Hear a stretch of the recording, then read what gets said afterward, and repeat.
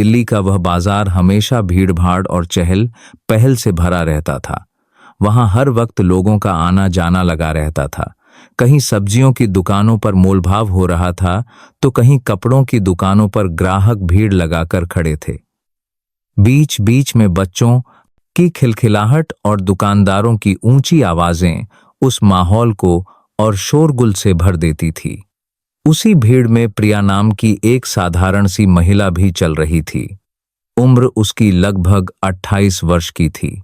चेहरे पर मासूमियत और आत्मविश्वास दोनों झलक रहे थे। उसने साधारण सूट पहना हुआ था और सिर पर दुपट्टा ढका था। पहली नजर में वह भीड़ का हिस्सा लग रही थी, लेकिन उसकी चाल और नजरों में एक ऐसी गरिमा थी जो साधारण और असाधारण के बीच फर्क को बयां कर रही थी। वह बाजार में सब्जियां और कुछ घरेलू सामान खरीद रही थी, जैसे किसी सामान्य परिवार की गृहिणी अपने कामों की दय में व्यस्त रहती है। उसी वक्त दरोगा विक्रम सिंह वहां गश्त लगाते हुए आया। विक्रम अपनी दबंगई और रौब के लिए पूरे शहर में मशहूर था। गरीब और लाचार इंसानों को सताना उसका शौक था। औरतों से बदतमीजी करना उसकी आदतों में शामिल था। वह खुद को कानून से ऊपर समझता था। उसकी मूंछों पर ताव देने का अंदाज और आंखों की घमंड भरी चमक देखकर ही लोग सहम जाते थे।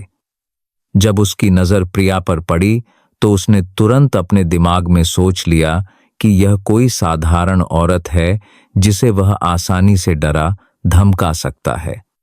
प्रिया सब्जी वाले से मोलभाव कर रही थी। तभी विक्रम उसके पास जाकर खड़ा हो गया और घूरने लगा। प्रिया ने पहले तो उसे नजरअंदाज किया, लेकिन उसकी बेशर्मी बढ़ती चली गई। विक्रम ने ऊंची आवाज में कहा, ओ इतना देर से खड़ी होकर सब्जी क्यों छांट रही है? दूसरों को भी लेने दे। उसकी आवाज इतनी कर्कश थी कि आसपास खड़े लोग तुरंत चुप हो गए और उसकी ओर देखने लगे।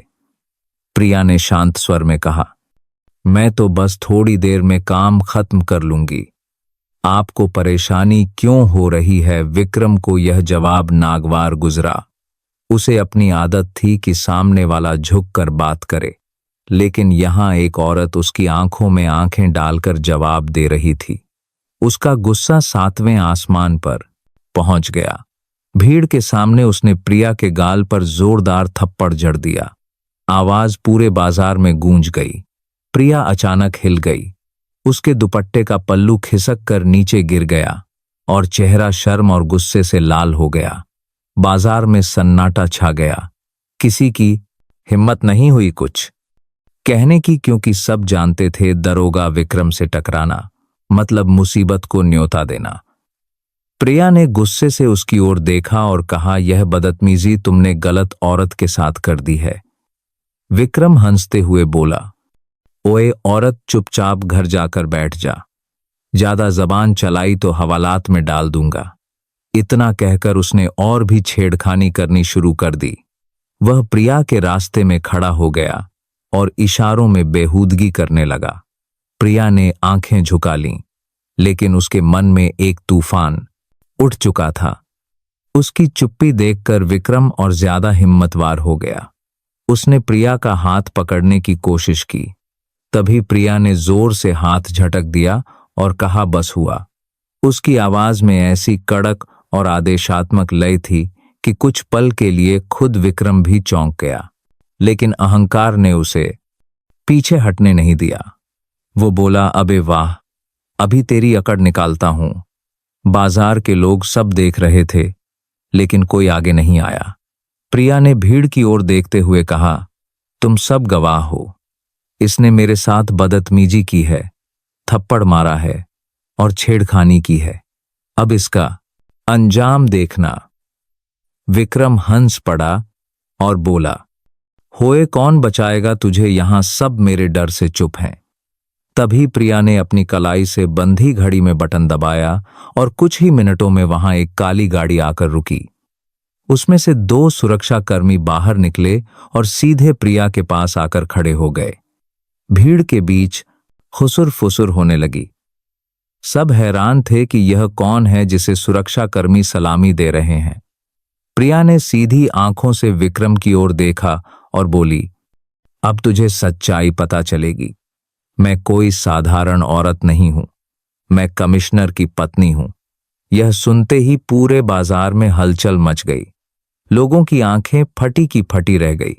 सुरक्षा कर्मियों ने तुरंत विक्रम को पकड़ लिया। उसकी वर्दी की शान और घमंड पल भर में चकनाचूर हो गया। विक्रम का चेहरा पीला पड़ गया। उसे समझ ही नहीं आया कि यह सब क्या हो गया। अभी कुछ पल पहले तक तो वह खुद को कानून से ऊपर समझ रहा था और अब उसके पैरों तले जमीन खिसक चुकी थी।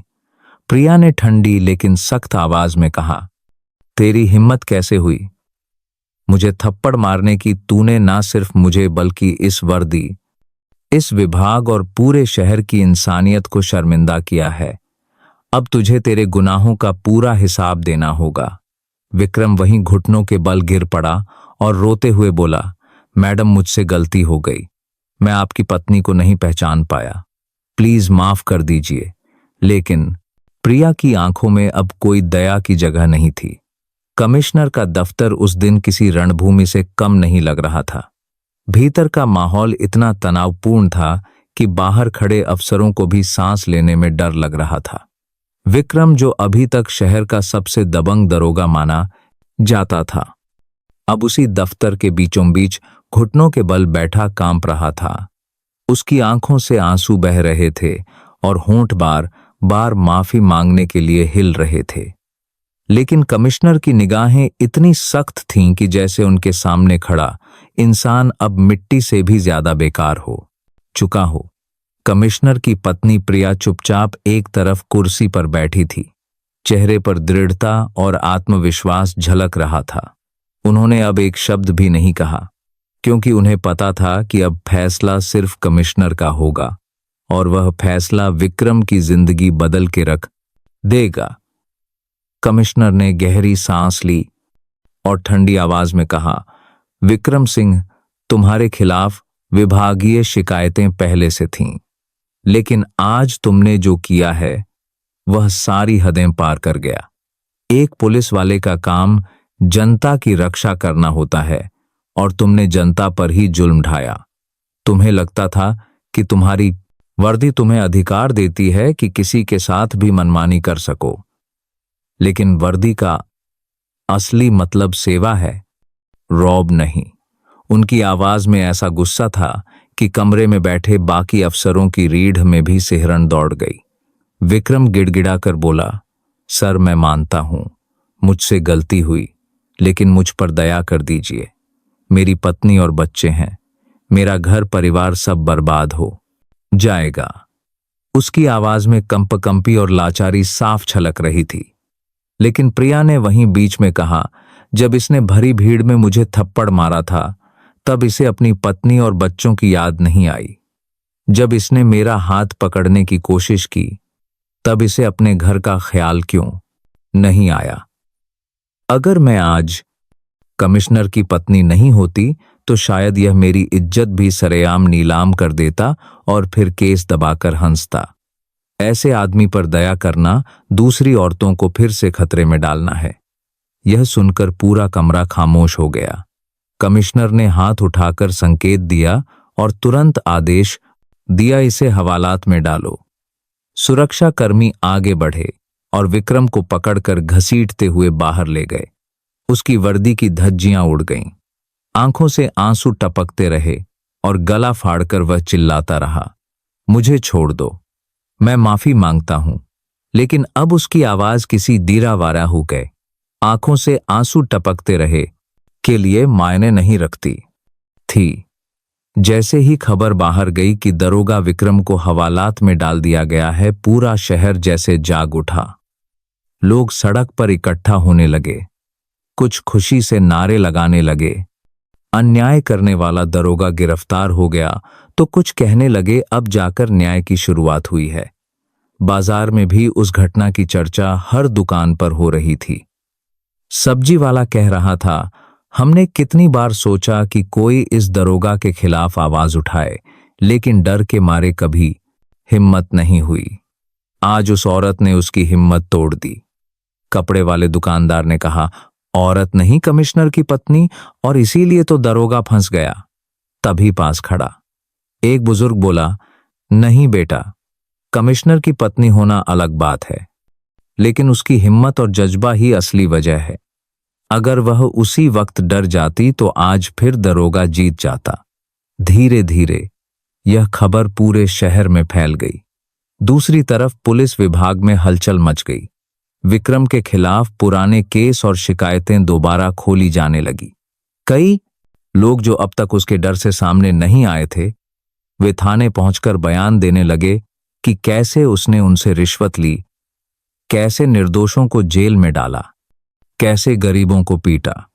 एक के बाद एक गवाही आने लगी और सबूतों की फाइल मोटी होती चली गई। कमिश्नर ने आदेश दिया कि किसी भी शिकायत को दबाया ना जाए, हर गुनाह का हिसाब लिया जाए। विक्रम हवालात में सिर पकड़कर बैठा था।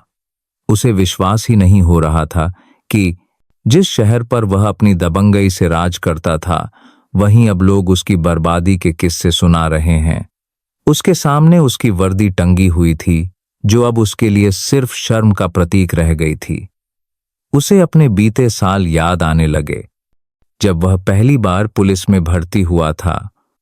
उस वक्त उसके मन में ईमानदारी और जनता की सेवा का जज्बा था, लेकिन धीरे धीरे सत्ता का स्वाद, रिश्वत की लालच और ताकत का नशा उसे कहीं और ही ले गया। वह भूल गया कि वर्दी की इज्जत क्या होती है, और अब वही वर्दी उसके लिए काल बन गई थी। हवालात के अंधेरे में बैठा विक्रम सोचता रहा, काश मैंने उस दिन उस औरत को थप्पड़ ना मारा होता, काश मैंने अपनी जुबान काबू में रखी होती, काश मैं अपने घमंड को छोड़कर इंसानियत निभाता। लेकिन अब पछताने का कोई फायदा नहीं था। रात भर उसकी आंखों से नींद गायब रही। प्रिया भी उस रात चुपचाप सोच में डूबी रही। उनके मन में संतोष था कि उन्होंने अन्याय के खिलाफ आवाज उठाई, लेकिन साथ ही एक सवाल भी था कि क्या सच में सिर्फ विक्रम ही दोषी है, या फिर यह पूरा सिस्टम ही कहीं ना कहीं जिम्मेदार है, जिसने ऐसे लोगों को ताकतवर बनाया। उन्होंने कमिश्नर से कहा, सिर्फ विक्रम को सजा देना काफी नहीं होगा, आपको उन सभी दरोगाओं और अफसरों पर भी नजर रखनी होगी जो इसी तरह अपनी ताकत का गलत इस्तेमाल करते हैं। जब तक सिस्टम साफ नहीं होगा, तब तक ऐसी घटनाएं दोहराई जाती रहेंगी। कमिश्नर ने उनकी बात ध्यान से सुनी और आप लोगाओं गंभीर स्वर में बोले, तुम सही कह रही हो, मैं इस पूरे विभाग की छानबीन करवाऊंगा। अब यह शहर किसी भी दरोगा के आतंक से नहीं डरेगा। अगले दिन अखबारों की सुर्खियां बनी। भरी बाजार में कमिश्नर की पत्नी के साथ बदसलूकी करने वाला दरोगा गिरफ्तार। यह खबर पूरे राज्य में आग की तरह फैल गई। लोग इस खबर को पढ़कर दंग रह गए और हर जगह एक ही चर्चा थी कि आखिरकार न्याय ने आवाज बुलंद की है। राजनीतिक गलियारों में भी हलचल मच गई। कुछ नेताओं ने कहा कि इस घटना से पुलिस विभाग की छवि खराब हुई है, तो कुछ ने कहा कि अब विभाग को सुधारने का सही वक्त है। लेकिन जनता के बीच यह खबर एक उम्मीद की तरह थी। लोग कहने लगे कि अब शायद अन्याय के खिलाफ आवाज उठाना आसान होगा। विक्रम की गिरफ्तारी के बाद उसकी पत्नी और बच्चे भी रोते रोते थाने पहुंचे। उसकी पत्नी ने प्रिया के पैरों में गिरकर कहा, मैडम, मुझे पता है मेरे पति ने गलत किया, लेकिन मेरे बच्चों का क्या कसूर है? उन्हें तो बर्बादी का सामना करना पड़ेगा। यह सुनकर प्रिया का दिल पसीज गया, लेकिन उन्होंने दृढ़ स्वर में कहा, मैं तुम्हारी तकलीफ समझ सकती हूं बहन, लेकिन अगर आज तुम्हारे पति को माफ कर दिया जाए, तो कल और भी औरतें पीड़ित होंगी। कभी कभी एक इंसान की सजा से ही समाज को सबक मिलता है। विक्रम ने यह सब सुना और उसकी आंखें और झुक गईं। उसे लगा जैसे अब उसकी गलती की सजा सिर्फ उसे ही नहीं बल्कि उसके परिवार को भी भुगतनी पड़ेगी। यही एहसास उसे और तोड़ गया। वहीं दूसरी तरफ बाजार के लोग अब खुलकर कह रहे थे कि इस घटना के बाद उन्हें एक नया हौसला मिला है। कई महिलाएं कह रही थीं कि अगर कमिश्नर की पत्नी जैसी हिम्मत हम सब में आ जाए तो कोई दरोगा कोई दबंग हमारी आवाज दबा नहीं पाएगा। कमिश्नर ने आदेश दिया कि विक्रम का केस फास्ट ट्रैक कोर्ट में चलाया जाएगा ताकि जल्दी फैसला हो सके। विभाग में नए सर्कुलर निकाले गए जिसमें साफ लिखा गया कि किसी भी अफसर द्वारा जनता से बदतमीजी पर तुरंत सस्पेंशन और केस दर्ज होगा। यह कदम लोगों के लिए राहत की सांस था। विक्रम की हालत दिन ब दिन बिगड़ती जा रही थी। उसने खाना पीना छोड़ दिया था। उसका चेहरा सूज गया था। आंखों के नीचे काले घेरे बन गए थे। हवालात में बैठे कैदी भी उसका मजाक उड़ाते थे, कहते, अरे दबंग दरोगा, अब तेरा क्या हाल हो गया। यह सुनकर उसका सिर और झुक जाता था। वह रात को अपने अतीत के बारे में सोचता और खुद को कोसता कि क्यों उसने वर्दी की गरिमा को भुलाकर इंसानियत को रौंदा। उसकी नींद टूट टूट कर आती और हर सपने में उसे वही दृश्य दिखता जब उसने थप्पड़ मारा और पूरा बाजार उसकी करतूत देख रहा था। प्रिया अब सिर्फ अपने सम्मान के लिए नहीं, बल्कि पूरे शहर की औरतों के लिए एक मिसाल बन चुकी थी। लोग उन्हें आदर से देखते और कहते कि यही असली बहादुरी है। वह खुद भी अब एक मिशन पर उतर चुकी थी। उन्होंने कमिश्नर से कहा, हमें सिर्फ विक्रम को सजा दिलाने से काम नहीं चलेगा, हमें औरतों की सुरक्षा के लिए ठोस कदम उठाने होंगे। कमिश्नर ने सहमति जताई और महिला सुरक्षा अभियान की योजना बनाने लगे। शहर में यह चर्चा थी कि अब पुलिस विभाग में बड़े पैमाने पर बदलाव होंगे। विक्रम का केस आने वाले वक्त में एक मिसाल बनेगा जो आने वाली पीढ़ियों को यह सिखाएगा कि वर्दी ताकत नहीं बल्कि जिम्मेदारी है। विक्रम को अब कोर्ट में पेश किया जाने वाला था। पूरे शहर की निगाहें उस सुनवाई पर टिकी हुई थीं। लोग देखना चाहते थे कि अदालत क्या फैसला सुनाती है। दूसरी तरफ विक्रम को भी अभी उम्मीद थी कि शायद किसी चमत्कार से वह बच जाए, लेकिन अंदर ही अंदर उसे यह एहसास हो चुका था कि उसका अंत निश्चित है। यह सब बस शुरुआत थी। आगे का तूफान अभी बाकी था। अदालत के बाहर उस दिन असामान्य भीड़ जुटी हुई थी। हर कोई इस मशहूर मामले की सुनवाई देखना चाहता था, क्योंकि यह अब सिर्फ एक दरोगा और एक महिला का मामला नहीं रहा था, बल्कि पूरे शहर की इज्जत और इंसाफ का सवाल बन चुका था। अखबार वाले, चैनल के रिपोर्टर, आम जनता और वकील सब अदालत के बाहर खड़े थे। पुलिस की गाड़ियां सायरन बजाती हुई आईं और उनमें से हथकड़ी लगे विक्रम को उतारा गया। कभी अपने ही रौब से कांपते शहर को झुकाने वाला दरोगा अब भीड़ की आंखों से बचने की कोशिश कर रहा था। उसके चेहरे से घमंड गायब था, सिर झुका हुआ और कदम लड़खड़ाते जा रहे थे। लोगों ने फुसफुसाना शुरू किया, देखो वही है जिसने भरी बाजार में कमिश्नर की पत्नी को थप्पड़ मारा था। कोई कह रहा था, आज इसका अहंकार चकनाचूर होगा। तो कोई कह रहा था, अब अदालत से इसे कड़ी से कड़ी सजा मिलेगी। विक्रम के कानों में सारी बातें तीर की तरह चुभ रही थीं। वह सोच रहा था, क्या यह वही लोग नहीं थे जो कभी उसकी दबंगई से डरकर रास्ता बदल लेते थे। लेकिन वक्त ने कैसी करवट ली कि अब वही लोग उसकी बर्बादी पर तमाशा देखने आए हैं। अंदर अदालत में माहौल गंभीर था। जज अपनी कुर्सी पर आसीन हुए और केस की सुनवाई शुरू हुई। सरकारी वकील ने पूरे आत्मविश्वास से कहा, माननीय न्यायालय, यह मामला न सिर्फ एक महिला के सम्मान से जुड़ा है, बल्कि पूरे विभाग और समाज की गरिमा का प्रश्न है। आरोपी दरोगा विक्रम सिंह ने भरी भीड़ में कमिश्नर की पत्नी को थप्पड़ मारा, छेड़खानी की और अपने पद का दुरुपयोग किया। यह एक ऐसा अपराध है जिसे किसी दरोगा फाइबली के भी हाल में बर्दाश्त नहीं किया जा सकता। इसके बाद अदालत में गवाहों को बुलाया गया। सबसे पहले बाजार के सब्जी वाले को बुलाया गया। वह घबराते हुए आया, लेकिन जब उसने जज की आंखों में देखा तो हिम्मत जुटाकर बोला, जी हां, मैंने अपनी आंखों से देखा था कि दरोगा साहब ने महिला को थप्पड़ मारा था। वह तो बार बार हमें डांटता और धमकाता भी था। फिर कपड़े की दुकान वाला आया और बोला, मैंने भी देखा था। उसने भीड़ के सामने मैडम को परेशान किया। हम सब डर गए थे, इसलिए उस समय कोई आगे नहीं आया। धीरे धीरे कई गवाह आए और सबने एक ही बात कही, विक्रम ने महिला के साथ बदतमीजी की थी। विक्रम का वकील बचाव करने की कोशिश करता रहा। उसने कहा, माननीय न्यायालय, यह सब एक गलतफहमी है। मेरे मुवक्किल ने महिला को नहीं पहचाना और गुस्से में थप्पड़ मार दिया। इसका कोई गलत इरादा नहीं था। लेकिन अदालत में बैठे लोग यह सुनकर हंसने लगे। प्रिया गवाही देने आई तो पूरा माहौल और बदल गया।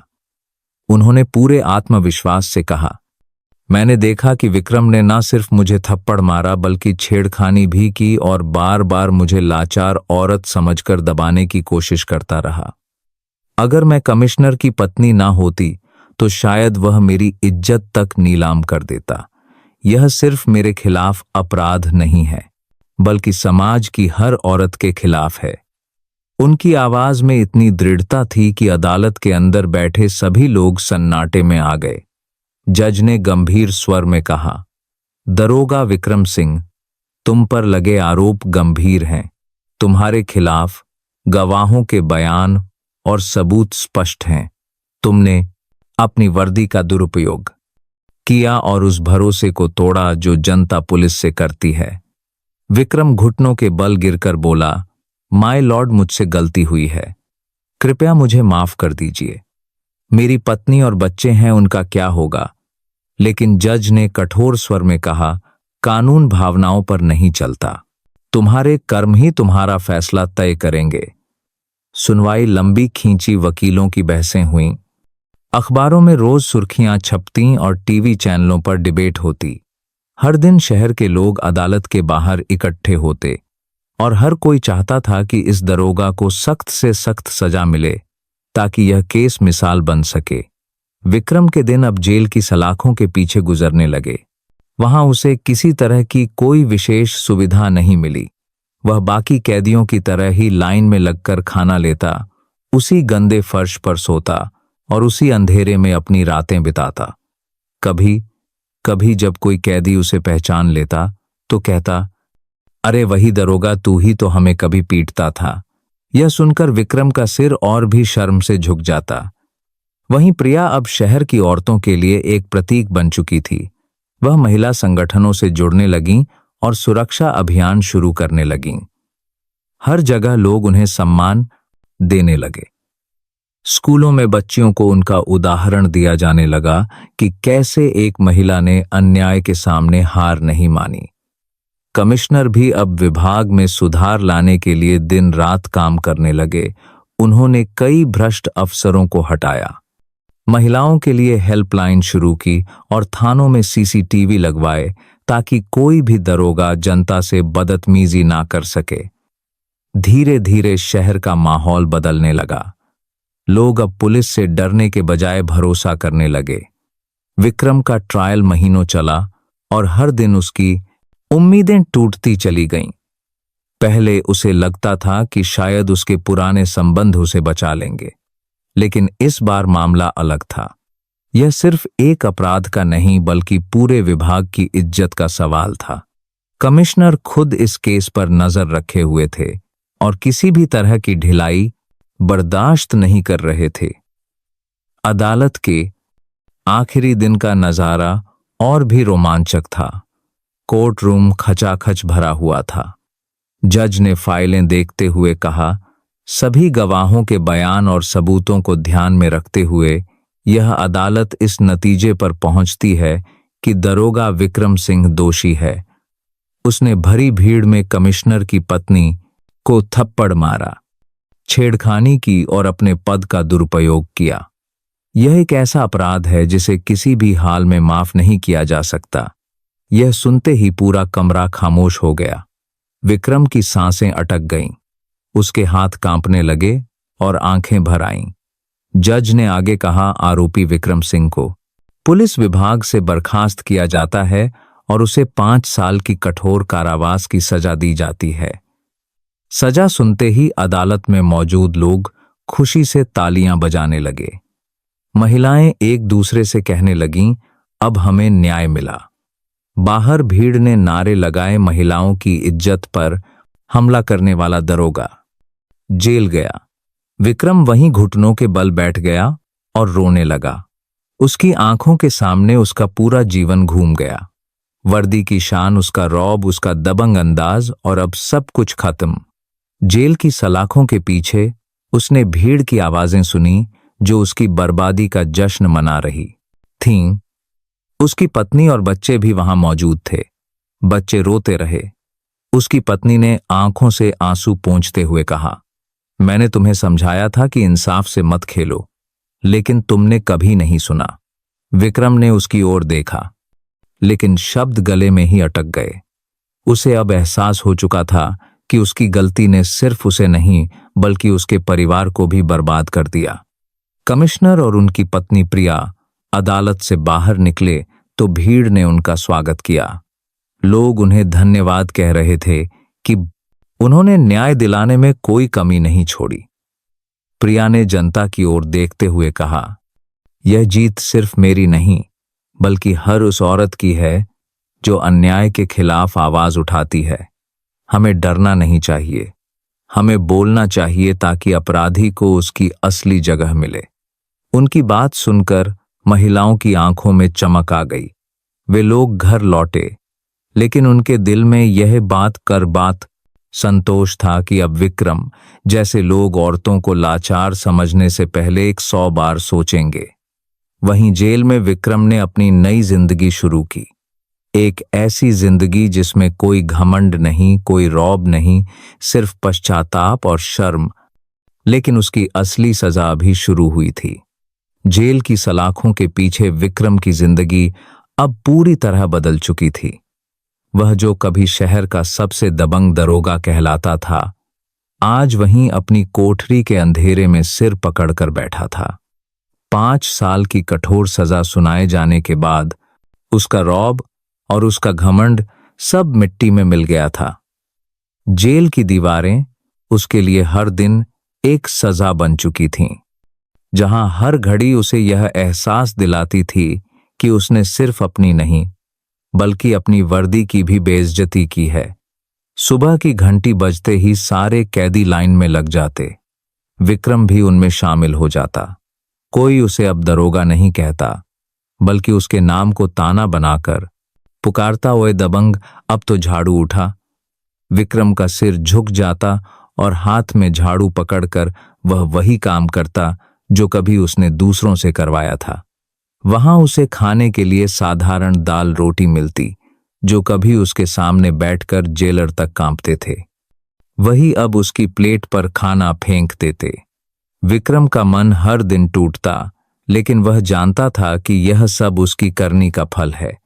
रात को जब जेल की कोठरी में वह अकेला होता तो उसकी आंखें अपने आप बंद होकर उसे वही दृश्य दिखाती, भरी बाजार, थप्पड़, भीड़ का सन्नाटा और प्रिया की आंखों में जलता हुआ गुस्सा।